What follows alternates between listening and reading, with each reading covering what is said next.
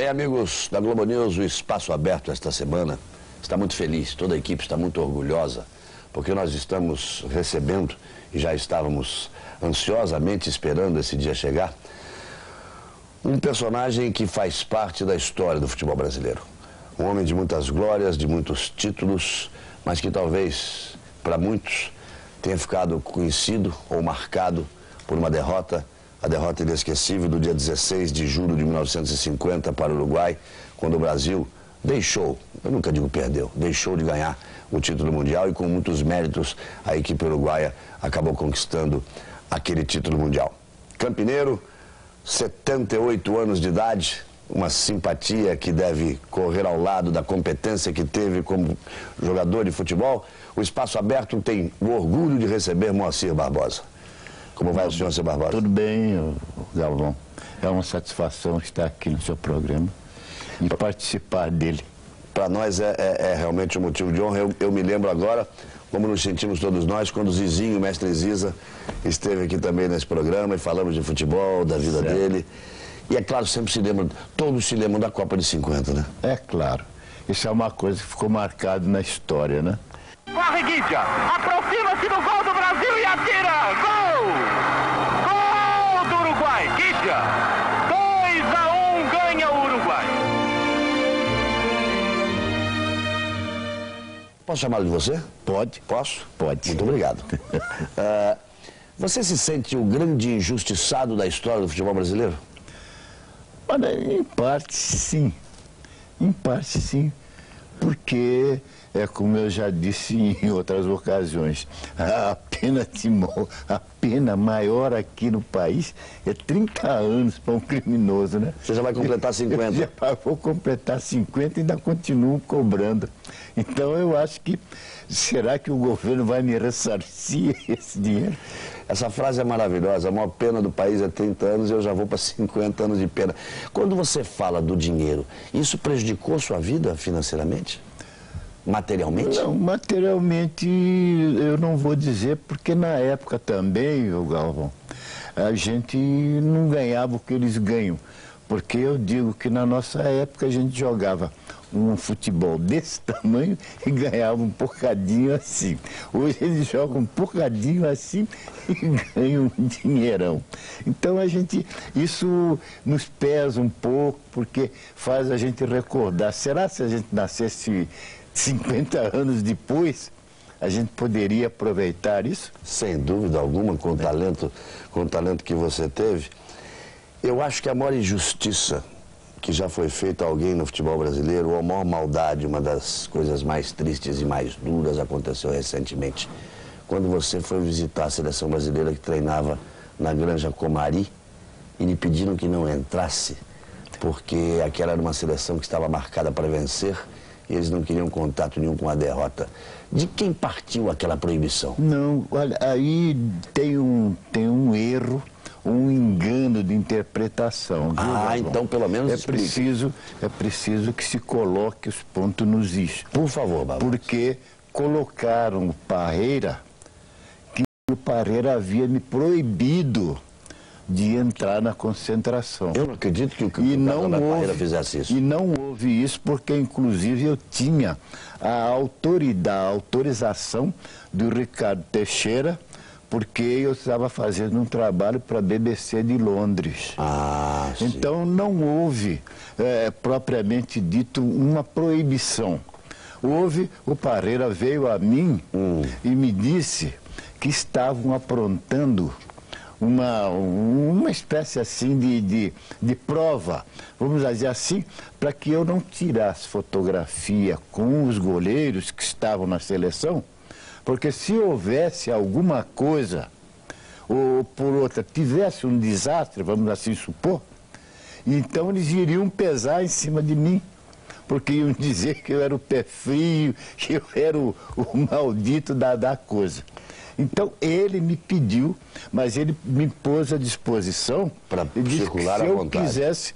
O que eu quisesse fazer, eu poderia fazer à vontade. Pelo menos isso fica explicado, mas isso faz parte dessa pena que você está cumprindo há quase 50 anos, porque em julho do próximo ano nós vamos ter 50 anos daquela Copa do Mundo, que não tirasse fotografia com o goleiro, que absurdo, isso é uma coisa absurda. Você só poderia, com a sua sabedoria, com a sua competência, trazer bons fluidos para ele. Exato, claro. E era esse o pensamento nosso. Essa era a ideia. Essa era a ideia. Castigaram o Parreira sem ele merecer. Assim como castigaram o Barbosa sem ele merecer. Castigaram o Barbosa. Nesse gol que a gente vai ver aí, nós estamos sempre vendo, com o Gija vindo correndo pela direita e batendo com extremo. Ele bateu com felicidade naquela bola ou ele errou aquele chute, Barbosa, para passar entre você e a trave? Aí, o Galvão, eu posso dizer uma coisa. Eu pensei certo e deu errado. E ele pensou errado e deu certo. O que você pensou? Inverso. Porque eu estava esperando que ele cruzasse as bolas. Claro. Porque essa jogada já era uma jogada ensaiada, que a gente sabia que o Uruguai fazia. Que o Uruguai fazia e tirava partido da velocidade dele para fazer essa jogada. Porque tinham dois homens bons dentro de área, que eram o Schiaffino e o Migues, que eram dois grandes jogadores, dois bons cabeceadores. Então, houve essa preocupação da gente. Quer dizer, você imaginou que ele ia cruzar e saiu para fechar o cruzamento? Isso. E você acha que ele tentou cruzar e pegou errado na bola e ela foi ali? Ele pegou errado e foi para dentro. E aí como vai voltar? E ficou, foi aquele espaço justo e certo, né? Outra coisa que eu acho que todos vocês cumprem pena, e grandes jogadores ainda, graças a Deus, ainda vivos, como o mestre Ziza, que esteve aqui, e já tive a oportunidade de conversar com outros, com o Jair. Então se fala que o Brasil goleou, a Suécia goleou a Espanha e que iria golear o Uruguai. Zizinho, nessa mesma poltrona aqui, fez questão de dizer, o Uruguai era um grande time. Era um grande time. E citou jogadores, como você disse agora, como o Mig, como o Schiaffino, como o Gija, o Bidulho, falecido Bidulho. E o Bidulho jogava bola, não batia em ninguém? Não. Tudo lenda, isso é lenda. Isso tudo é lenda. Dizer que ele deu tapa no rosto de Bigode, isso não convence a ninguém. Nem a mim, que estava lá dentro do campo.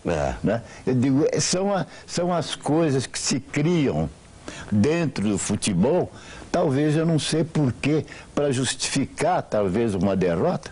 É verdade. Né? E era um grande time. E era um grande time, tanto que a gente respeitava eles. Agora, existe uma coisa que muito pouca gente sabe, que nós estávamos num lugar, no Juá, na casa do Drô Hernando, um banqueiro, que botou a casa dele, a mansão dele à disposição da gente.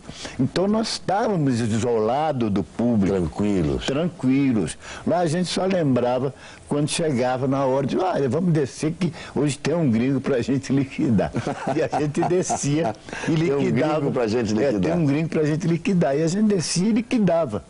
Agora, acontece que após o jogo da Espanha, é que modificou tudo. A política entrou na história. A política entrou na história, porque nessa época era a época de eleição para presidente da República. Então, o que acontece? Tiraram a gente do Juá, que nós estávamos no céu, e trouxeram a gente para o inferno, que era São Januário. Todo mundo ali em cima? Então, todo mundo ali em cima. E ninguém era político em cima de político, porque prometeu isso, eu vou dar isso, eu vou dar aquilo, não é? Quer dizer, no fim, nós perdemos e não ganhamos nada. E os jornais que saíram e as faixas diziam Brasil campeão. Brasil campeão. Os jornais que davam manchete anterior.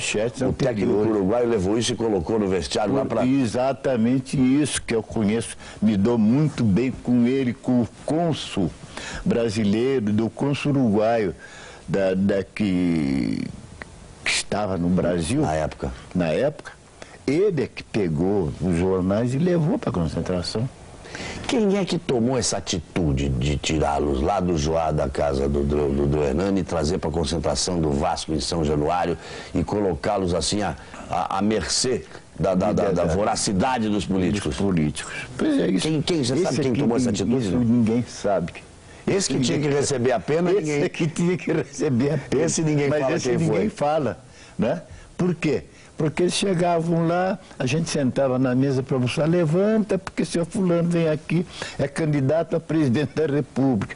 Levanta porque seu fulano vem é candidato a deputado. Levanta porque o outro é candidato a governador. Quer dizer, então, às vezes, a gente não tinha nem hora, nem tranquilidade para a refeição. Quanto mais treinar, quanto mais se preparar psicologicamente para a grande final. Quer dizer, então, para eles, o futebol já estava, então eles sabiam, bom, tem um rei, então eles vão coroar o rei. Mas acontece que na véspera, o rei morreu. E aí ficou. Então aí tinha que aparecer alguém, né? Para quem matou o rei? Alguém teria que ser culpado. Alguém tinha que ser culpado, né? É verdade. Então surgiu essa coisa de que o Barbosa foi o que errou.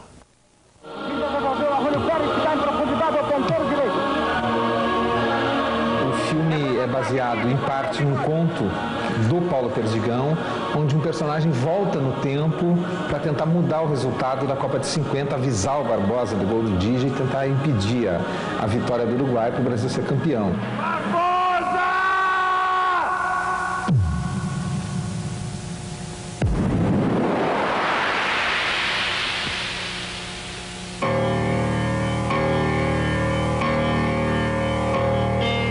A distância tem uma visão mais trágica, porque a gente tem esse imaginário daquele jogo, mas ele continuou jogando, foi para a seleção, foi campeão de novo, foi campeão muitas vezes pelo Vasco, né?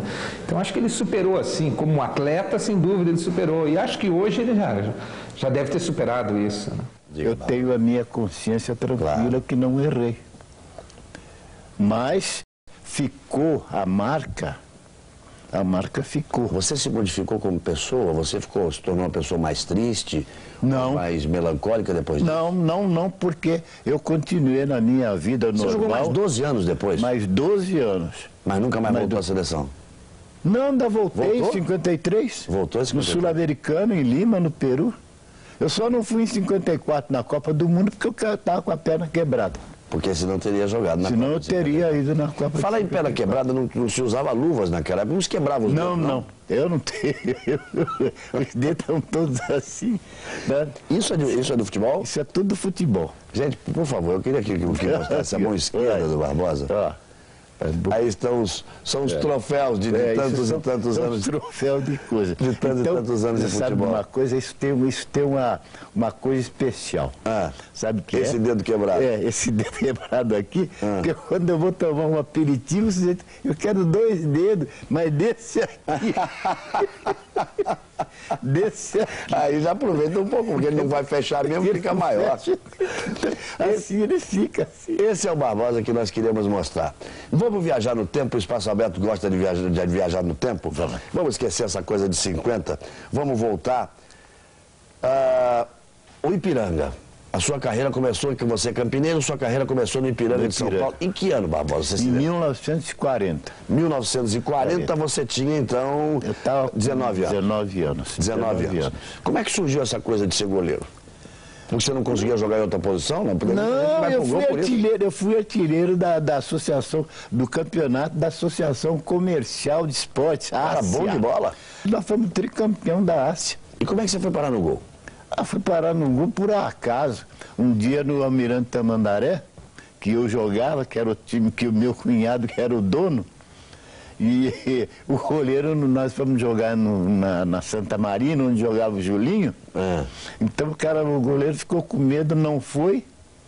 E o meu cunhado disse, como a gente brincava na rua com bola de coisa, ele disse, não, então você vai pro gol. Foram 4 anos entre começar como goleiro no Ipiranga e chegar ao grande Vasco da Gama da década de 40 metade da década de 40 e 50. Nesses 4 anos você ficou só no Ipiranga? Só. Quem te levou para o Vasco? Quem me levou para o Vasco foi o Ondino Vieira, técnico uruguaio, mas foi indicado pelo Domingos da Guia. Você vê que o Uruguai já estava na sua vida, né? Já. O Uruguai, o meu primeiro treinador não foi o Ondino Vieira, mas foi o Caetano Domênico. Caetano Domênico do Ipiranga. Vejam só, Este homem chegou ao Vasco em 44 e foi campeão em 45, vai contando aí, 47, 49, 50, 52, 56 e 58 no super campeonato. 1, 2, 3, 4, 5, 6, 7 títulos cariocas. 7 títulos. Numa época em que os títulos regionais eram os mais importantes, ser campeão carioca, ser campeão paulista, ser campeão mineiro. E era exatamente isso. Mas além disso você foi campeão sul-americano. Fui 49 campeão sul-americano. Em São Januário. Mas antes, em São Januário. Mas antes nós ganhamos aquele primeiro título de um clube brasileiro no exterior. Foi o Campeonato dos Campeões no Chile. Em 1948. 1948, Foi aí que o Vasco... E através disso é que o Vasco chegou à Taça Libertadores. Exato, a Supercopa. Ele foi reconhecido esse título como um título sul-americano em 1948. O Brasil foi campeão sul-americano em 1949 e depois foi repetir o título em 1989. Foram 40 anos de intervalo. Veja a importância desse título de 49. Exatamente. Você lembra qual era o time de 49? Tinha o time mais ou menos, era quase que a base do Vasco. Do Vasco, né? Era Barbosa, Augusto e Wilson. Sim. Depois entrou Mauro. Certo. Era Elia, Danilo e Jorge. Era Tesourinha, Zizinho, Ademir, Jair e Chico. Tesourinha, Zizinho, Ademir, Jair e Chico. Jair, Chico. Que time de sonho, hein? Era, time de sonhos. E o grande time do Vasco? Qual foi? Esse também. Escala para o Brasil inteiro. Esse também foi. Diga. Barbosa, Augusto e Rafanelli. Eli, Danilo e Jorge. Eli, Danilo e Jorge. Eles diziam que era sobremesa de toda coisa. Era feijão, arroz e bife. E a linha também, nós tivemos antes de Djalma, depois Tesourinha, Maneca, Ademir, Pojucã e Chico. Que time fantástico, hein? Esse time deu o que falar, porque inclusive nós ganhamos uma Taça Teresa Herrera, em 2 torneios de Carranza. Torneio de Carranza é na cidade de Cádiz, na Espanha, e Teresa Herrera na cidade de La Coruña, na Espanha. Exatamente isso, exatamente. E nós ganhamos uma vez, a primeira vez nós perdemos, na segunda nós ganhamos. Ganhamos um torneio em Paris contra o Real Madrid. O grande Real Madrid dos anos 50. Real Madrid aí já estamos nos anos 50, né? Já passado um bocadinho nos anos 50. Mais ou menos 54, por aí assim. Era o Real Madrid que tinha trazido Di Stéfano, que tinha trazido Puskas, Rento, essa gente toda. Nós ganhamos o torneio de Paris em cima dele. Era o grande time da Europa. E era o grande time do Rio de Janeiro. E era o grande time do Brasil. Do Brasil. O Vasco da Gama. Você jogou até 1962. 63. 42 anos de idade. 42 anos de idade. Começou com 19 e jogou até os 42. Você tem mais alegrias ou mais tristezas desses 24 anos como jogador profissional? Não, eu acho que tenho mais alegrias do que tristeza. Mas... Porque eu tive a felicidade de jogar num clube que me deu todo o apoio e foram 20 anos como titular desse clube, né? Mas a memória do brasileiro, do torcedor brasileiro, ela, além de fraca, ela é meio maldosa, não é? Você não acha que merecia ser reverenciado como um gigante do futebol e não cumprir pena e ser acusado por ser responsável por se perder uma Copa? Mas isso, eu acho que isso é contingência do futebol. Se a gente está ali, é porque a gente tem que ter uma missão a cumprir. E eu me considero que eu cumpri a minha missão dentro do futebol brasileiro. Você se considera um vitorioso? Eu me considero um vitorioso. Eu me considero, graças a Deus, eu me considero um vitorioso. Aliás, toda aquela geração, todos foram vitoriosos? Todos foram vitoriosos. Gente como você, como Zizinho, como Ademir, como Jair, como Danilo. Né? Então foram pessoas que ficaram. E a culpa que tentaram jogar em cima de Bigode, de Augusto também, isso também ninguém merecia.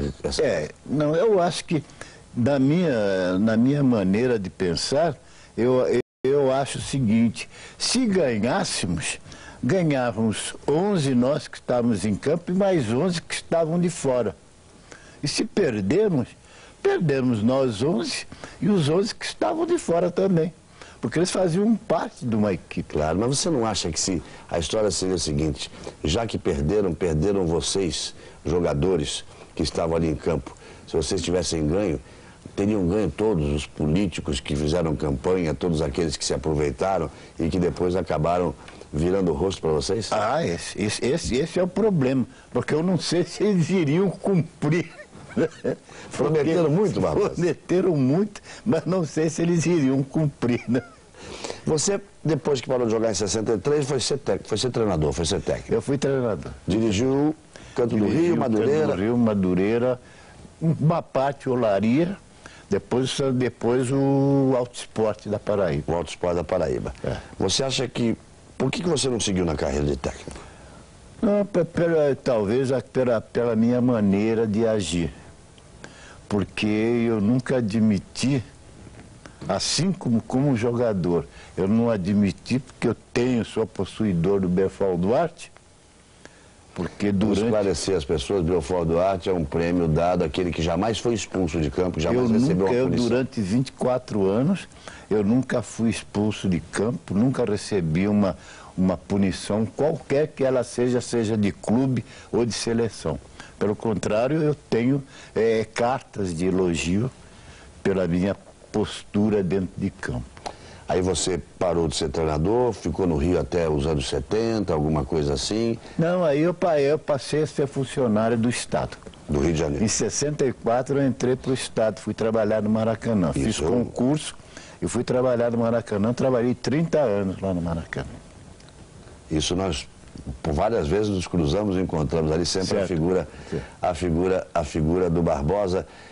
E de vez em quando, ali no Maracanã, não passa um fantasma, assim, uma coisa, não lhe dá um certo calafrio? Às vezes. Não, às vezes até eu gosto de ir lá. Você gosta? Porque eu gosto, me traz boas recordações. Você teve grandes tardes de domingo com a camisa do Vasco e da Seleção Brasileira naquele estado? Me traz boas recordações. E eu me sinto feliz por isso, porque é tão bom a gente passar na rua ou dentro de um estádio, a gente ser reconhecido. E o que o Barbosa faz hoje? Além de ser essa pessoa simpática, agradável, feliz. Vocês não têm ideia como eu estou feliz, me sinto feliz de ver o Barbosa chegar a essa idade com essa felicidade, com essa simpatia, com essa clareza de pensamento. Isso está fazendo a todos nós muito felizes. Mas o que o Barbosa faz hoje? Hoje, o Barbosa ele faz, vamos assim dizer, palestras em colégios, em clubes, entidades, aqueles que queiram. É só comunicar o Barbosa, porque o Barbosa vai lá, dá um cachezinho para ele. Você é feliz? Passa, graças a Deus, a gente passa o tempo, procura gastar o tempo da melhor maneira possível, né? Eu tenho certeza de que esse espaço aberto serviu pelo menos para que algumas pessoas possam entender que Moacir Barbosa é um vitorioso.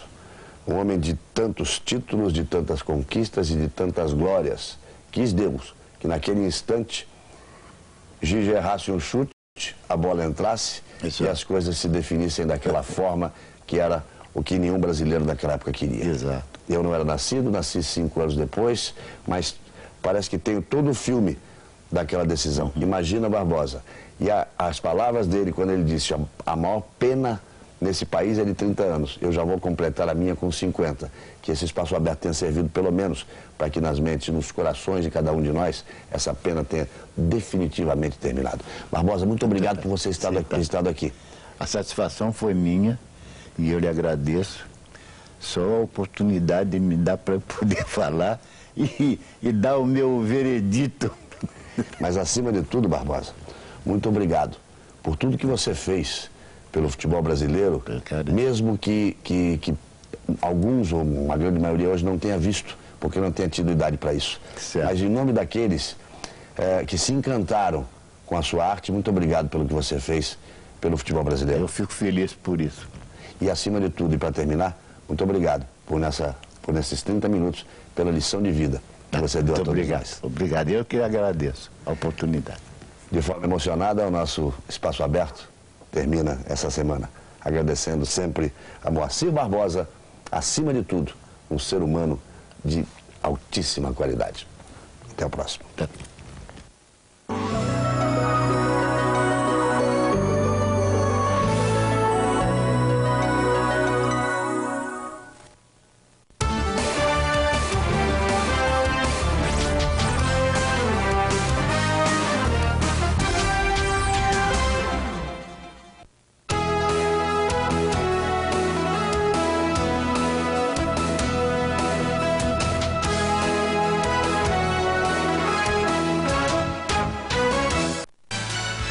O mundo da alta tecnologia e da internet requer segurança na hora de investir, de usar os instrumentos do e-business e do e-commerce.